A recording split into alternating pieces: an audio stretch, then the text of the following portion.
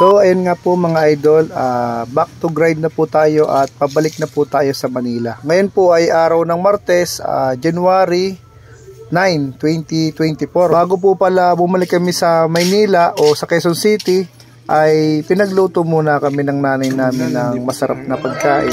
Maaga po kaming kumain para nga po maaga din po kaming makaalis. Sakto nga rin po dito mga lodi kasi nga po medyo maganda ngayon ang panahon at hindi po paulan-ulan. Dapat naman talaga mga idol ay medyo matagal ang bakasyon namin dito sa probinsya. Kaso nga lang mga lodi, marami na rin pong nagtatanong sa aming Facebook page kung kailan nga po kami magbubukas o kung kailan po mag-o-open po yung aming shop. May pagkakataon din kasi mga lodi na dito naiinip ako at hinahanap-hanap ko na rin yung aking mga customer o yung pag-repack ng mga bearing.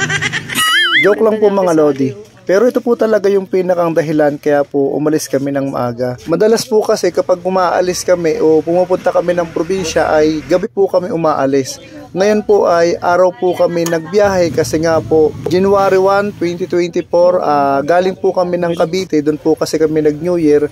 Ngayon po papunta po kami ng probinsya o sa Quezon Province ay nabutasan po ako ng gulong. So ayan po mga lodi, halos tagusan po talaga yan. Buti na lang talaga mga idol at may baon po tayo nung pangsalpak o ganito rin po yung ginagamit sa vulcanizing shop para sa tubeless na gulong. Akala ko nga mga lodi hindi ko na magagamit yan kasi ilang taon na rin talagang nakalagay lang yan sa compartment po ng aking motor. Siguro magtatatlong taon na rin yan. Pagkakaalam ko nga ayan ay 5 piraso tapos binigyan ko yung kapitbahay namin ng 1 piraso tapos yung isa kong kaibigan.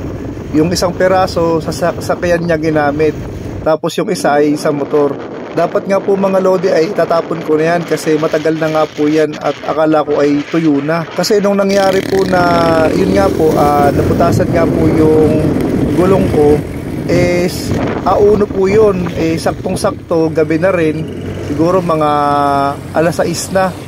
Madilim na, halos wala kaming mahanapan na mga vulcanizing o mga motor shop. Kaya naman no choice na rin ako at ginamit ko na rin yun. Pero yun nga mga idol, okay naman po. Nakarating po kami ng maayos dito sa Quezon at salamat naman po at walang aberya. Dapat po talaga, sabi sa akin ng asawa ko ay pagpalit na po ako ng gulong kaso nakakapanghinayang din naman po kasi October 2023 ay nagkapapalit ko lang din po talaga ng gulong. Ngayon po mga idol ay tumigil lang po muna ako saglit para po ma-check yung gulong at syempre magpa-picture na rin kasi maganda yung background. So ayun mga idol, okay naman po yung likuran. Tapos chinek ko na rin po yung harapan ng gulong, okay din naman po. Tapos mga lods, nung nasa bandang Santo Tomas na po kami ay dumaan muna po kami sa SM, yung bagong bukas dito. At syempre para makapagpalamig na rin.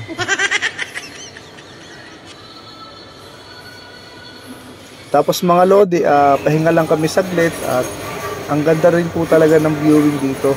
Tapos dito kasi mga lodi, makikita rin po namin yung motor ko. Ayan po, iniwan ko kasi yung jacket ko dyan saka yung helmet ko bago pa naman baka mawala. Kaya naman mga lodi, bumalik kami agad at baka mawala. Ngayon mga lodi, chinikoli po yung gulong ko. Ayan, makikita nyo po, meron na po sapak yan. Okay pa naman po. Tapos sa harapan, chikoli po ulit. Okay din naman. Ngayon mga lodi ay pabalik na po kami sa Quezon City at magre-repack na uli ng bearing.